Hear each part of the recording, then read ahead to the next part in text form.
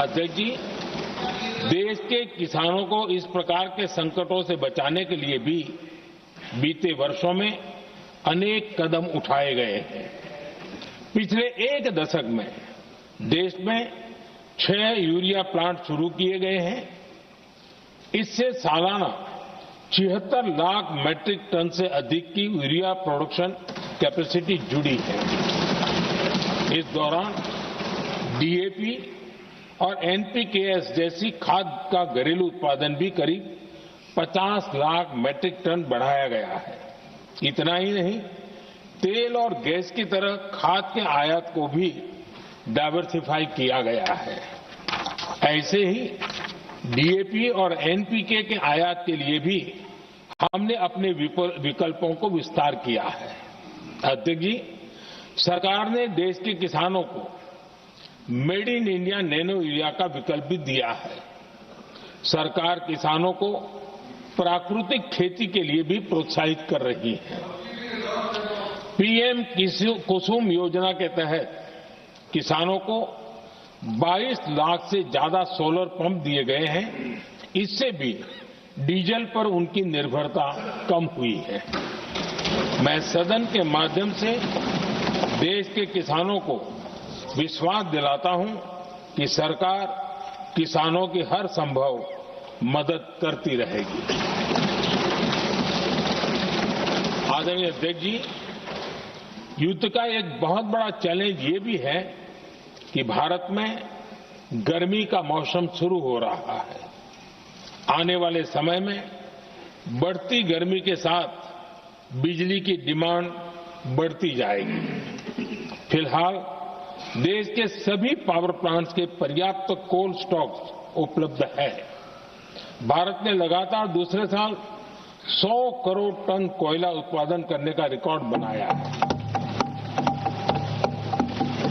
Power generation से लेकर power supply तक के हमारे सभी सिस्टम की निरंतर मॉनिटरिंग भी की जा रही है और सरकार की तैयारियां उसको रिन्यूएबल एनर्जी से भी मदद मिली है।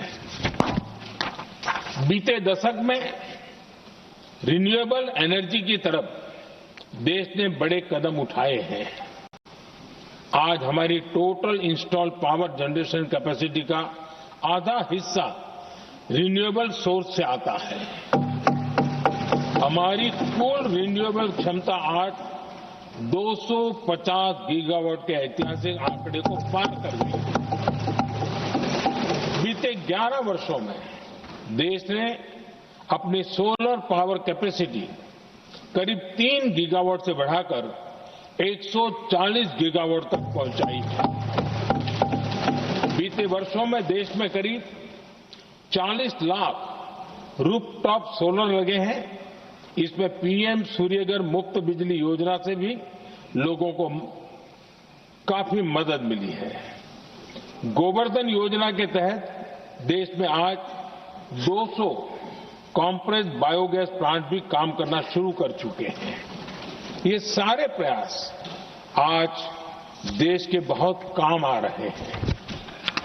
सरकार ने भविष्य की तैयारी और बढ़ाते हुए शांति एक्ट माध्यम से देश में न्यूक्लियर एनर्जी के उत्पादन को भी प्रोत्साहित किया है। कुछ ही दिन पहले small hydro power development scheme को भी हरी झंडी दी गई है, जिससे अगले 5 वर्षों में 1500 मेगावाट नई हाइड्रो पावर कैपेसिटी जोड़ी जाएगी। आदरणीय अध्यक्ष जी, जहां तक डिप्लोमेसी की बात है, भारत की भूमिका स्पष्ट है। शुरुआत से ही हमने इस संघर्ष को लेकर अपनी गहरी चिंता व्यक्त की है।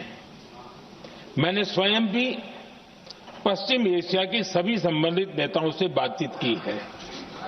मैंने सभी से तनाव को कम करने और इस संघर्ष को खत्म करने का आग्रह किया है। भारत ने नागरिकों, एनर्जी और ट्रांसपोर्ट से जुड़े इंफ्रास्ट्रक्चर पर हमलों का विरोध किया है। कमर्शियल जहाजों पर हमला और हॉर्मुज स्ट्रेट जैसे अंतर्राष्ट्रीय जलमार्ग में रुकावट अस्वीकार्य है। भारत डिप्लोमेसी के जरिए युद्ध के इस माहौल में भी भारतीय जहाजों के सुरक्षित आवागमन के लिए निरंतर प्रयास कर रहा है। अध्यक्ष महोदय, भारत हमेशा से मानवता के हित में और शांति के पक्ष में अपनी आवाज उठाता रहा है। मैं फिर कहूंगा कि बातचीत और कूटनीति ही इस समस्या का समाधान है। हमारे हर प्रयास तनाव को कम करने, इस संघर्ष को समाप्त करने के लिए है। इस युद्ध में किसी के भी जीवन पर संकट मानवता के हित में नहीं है। इसलिए भारत का प्रयास सभी पक्षों को जल्द से जल्द शांतिपूर्ण समाधान के लिए प्रोत्साहित करने का है। अध्यक्ष जी, जब ऐसे संकट आते हैं तो कुछ तत्व इसका गलत फायदा उठाने की कोशिश भी करते हैं। इसलिए कानून व्यवस्था सुनिश्चित करने वाली सभी एजेंसियों को अलर्ट पर रखा गया है। कोस्टल सिक्योरिटी हो, बॉर्डर सिक्योरिटी हो, साइबर सिक्योरिटी हो, स्ट्रेटेजिक इंस्टॉलेशंस हो, सबकी सुरक्षा को और मजबूत किया जा रहा है।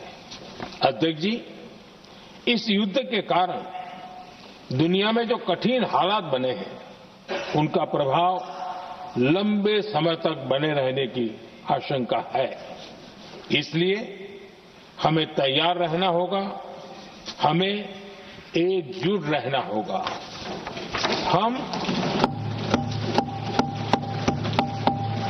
हम कोरोना के समय भी एकजुटता से ऐसी चुनौतियों का सामना कर चुके हैं। अब हमें फिर से उसी तरह तैयार रहने की आवश्यकता है। धीरज के साथ, संयम के साथ, शांत मन से हमें हर चुनौती का मुकाबला करना है और यही हमारी पहचान है, यही हमारी ताकत है। और हां, हमें बहुत सावधान और सतर्क भी रहना है। हालात का फायदा उठाने वाले झूठ फैलाने का प्रयास करेंगे। ऐसे लोगों की कोशिशों को सफल नहीं होने देना है। मैं देश की सभी राज्य सरकारों से भी इस सदन के माध्यम से आग्रह करूंगा, ऐसे समय में कालाबाजारी करने वाले, जमाखोरी करने वाले एक्टिव हो जाते हैं। इसके लिए कड़ी मॉनिटरिंग जरूरी है।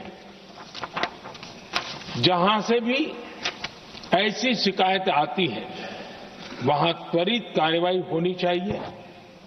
देश की हर सरकार और देश का हर नागरिक जब मिलकर चलेंगे तो हम हर चुनौती को चुनौती दे सकते हैं।